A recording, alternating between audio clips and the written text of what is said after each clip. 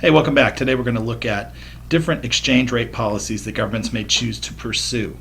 What we want to do is be able to describe the difference between a fixed exchange rate and a floating exchange rate, and be able to explain how an exchange rate can actually be fixed, and provide some reasons for why a country would choose to pursue either the fixed or floating exchange rate policy.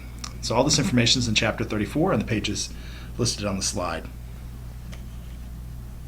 So there are two different exchange rate regimes that your country could pursue.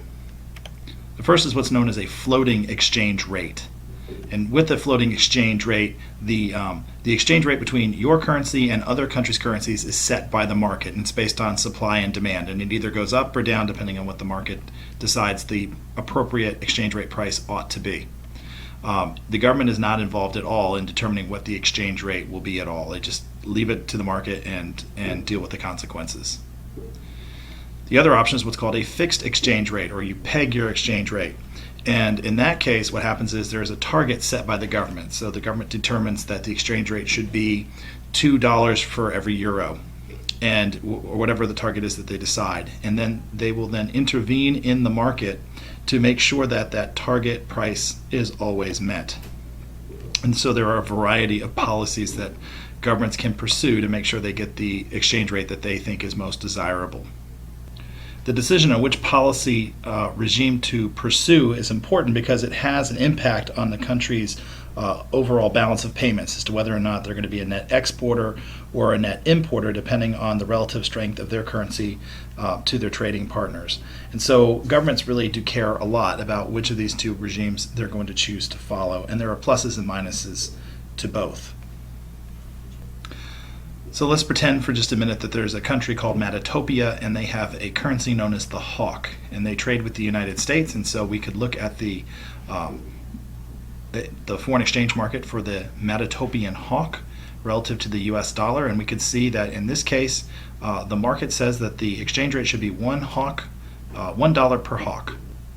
But we could also then see that if Matatopia wants to set its exchange rate, fix the exchange rate at $2 per hawk, then we see that there is now a surplus of hawks in the foreign exchange market, because at the price of $2, the people holding hawks are more willing to trade them than people in the market looking for hawks are willing to pay for them. And so there is an extra surplus here of hawks in the foreign exchange market. So the fixed exchange rate would be $2. If we were doing a floating exchange rate, then it would be $1. So if there's a surplus of hawks in the exchange rate market right now, then Matatopia needs to follow some policy or policies that will eliminate that surplus and bring the market back into equilibrium at the price that they desire. And so there are several options that the government could pursue. One is that they could just buy up the excess hawks in the market, and in order to do that, Matatopia would need to use its reserve of US dollars.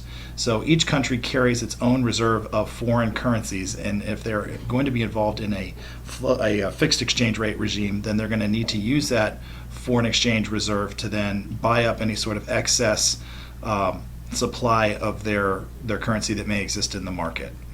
And so by buying the excess hawks, it would shift the demand for hawks to the right, and that would cause an increase in the exchange rate. So by buying the excess supply of hawks, the demand will shift. We'll move along the supply curve to a new equilibrium point of $2 US per hawk, which would then put the government at the exchange rate that it wanted to have in the first place.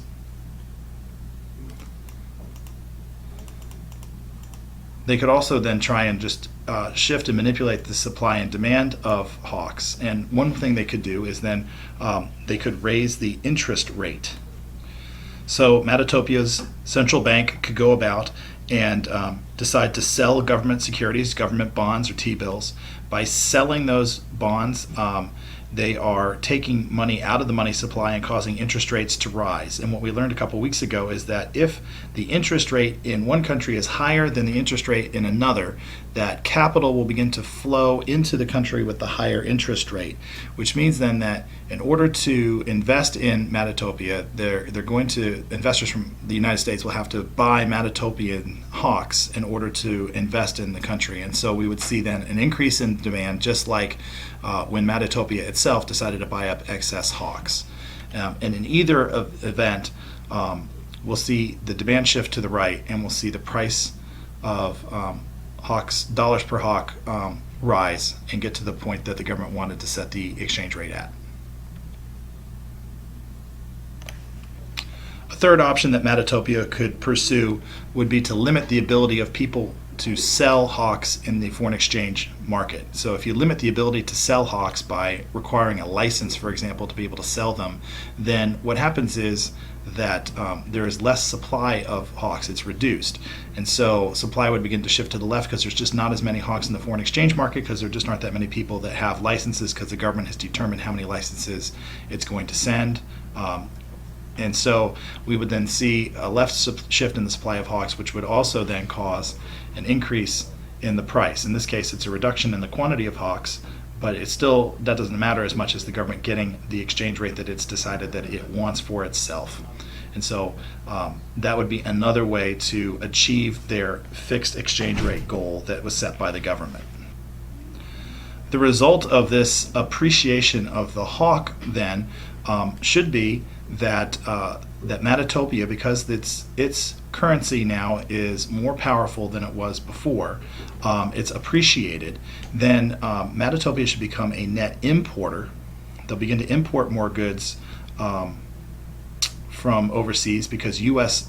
denominated goods are now relatively less expensive, which means that their current account should shrink, but their capital account should rise, because we're seeing an inflow of capital in the pursuit of higher interest rates, and so the balance of payments should even out. So we should see that as a result of this particular policy being implemented. So what are the positives and the negatives of fixed exchange rates? On the positive side, it creates a degree of price certainty. So there's not this fluctuation. The value of your currency will always stay the same, because you're constantly working to manipulate the market to keep the price exactly at whatever the price is that you've decided you want it to be. And so basically it means it's similar to being able to use the dollar in other states around the country. Like, everything is the same price basically no matter where you go, from day to day. But if you're not in a fixed exchange rate system, then goods prices can swing wildly depending on the exchange rate on a given day. It also helps to stabilize central bank policy. The central bank is essentially limited in how it can pursue macroeconomic goals. They cannot pursue a policy of inflationary spending in order to increase aggregate demand, because if they do that, at least in this case that we just talked about, that would lower the price of the hawk, and it would be self-defeating.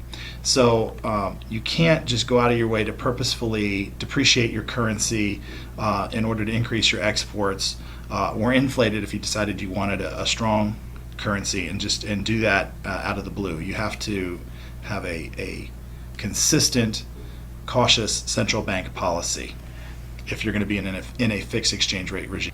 The downside to a fixed rate exchange system then is that you have to carry a lot of foreign currency. So you got to be sitting there holding on to other countries' currencies, which has a very low, if any, actual rate of return. So you've just basically got dead money sitting there waiting to get used to keep your exchange rate at the level the government wants it to be. And even then, you may not have enough money in your reserves to actually get the exchange rate that you want, or keep it at the level that you want to keep it at. And you also have the issue that you lose out on the ability to use monetary policy to dig yourself out of a hole. You have to use your monetary policy to keep your interest or your exchange rate at the level you want it to be. You can't then use your monetary policy to boost the economy, because as soon as you do, you're going to see a change in the exchange rate, and you're going to have to either undo the policy to get back to the former exchange rate or give up the idea of a fixed exchange rate, which is what you didn't want to do anyway because you were in a fixed exchange rate to begin with. So it does hurt your country's ability to use monetary policy to control economic output. We'll work a little bit more on these concepts, and we've got a problem set to work on when I see you in class.